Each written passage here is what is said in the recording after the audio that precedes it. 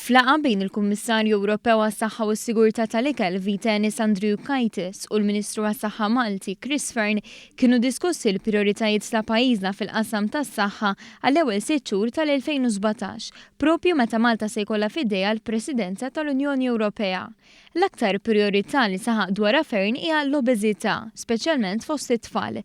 Fid-dawn ta' dan propona biex jibdew jingħataw linji gwida ta' kif jingħata kuntratt lil dawk kollha li jbigħu l-ikel lit-tfal, b'mod partikolari fl-iskejjel. Irrefera wkoll għall pjantazzjoni li sar sentejn ilu dwar l-obeżità, pjan li mistenni jkun rivedut. Brabta ma' dan kollu se jsir studju intensiv dwar is-sitwazzjoni tad-dijabete f'pajjiżna.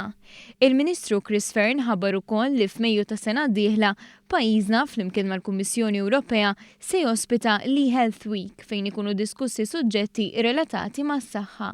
Għal din il-ġimgħa mistennija jattendu mal-2000 delegat minn madwar id-dinja. Priorità oħra hija l-bżonn ta' aktar sinerġija bejn pajjiżi fl-Ewropa biex tiżdied l-aċċessibilità għas-servizzi mediċi u kura speċjalizzata, speċjalment fejn jidħol mart rari. Finalment, iktar riċerka dwar l-HIV u l-AIDS se tkun it-tielet priorità tal-Presidenza Maltija. Dan fi sfond ta' rata li kull ma jmur qed tiżdied u mhux biss f'Malta, iżda fil-pajjiżi kollha Ewropej. Il-Kummissarju Ewropew għas-Saħħa ddeskriva l-proposti ta' Malta bħala eċċellenti u prattiċi. Meta staqsejnieh jaħsibx li huma vijabbli meta mqabbla mal-problemi tas-saħħa li jeżistu fl-Ewropa, it-tweġiba tiegħu kienet waħda u ċara. Yes, no doubt, no doubt. It shows how it is important to be active in especially the first time.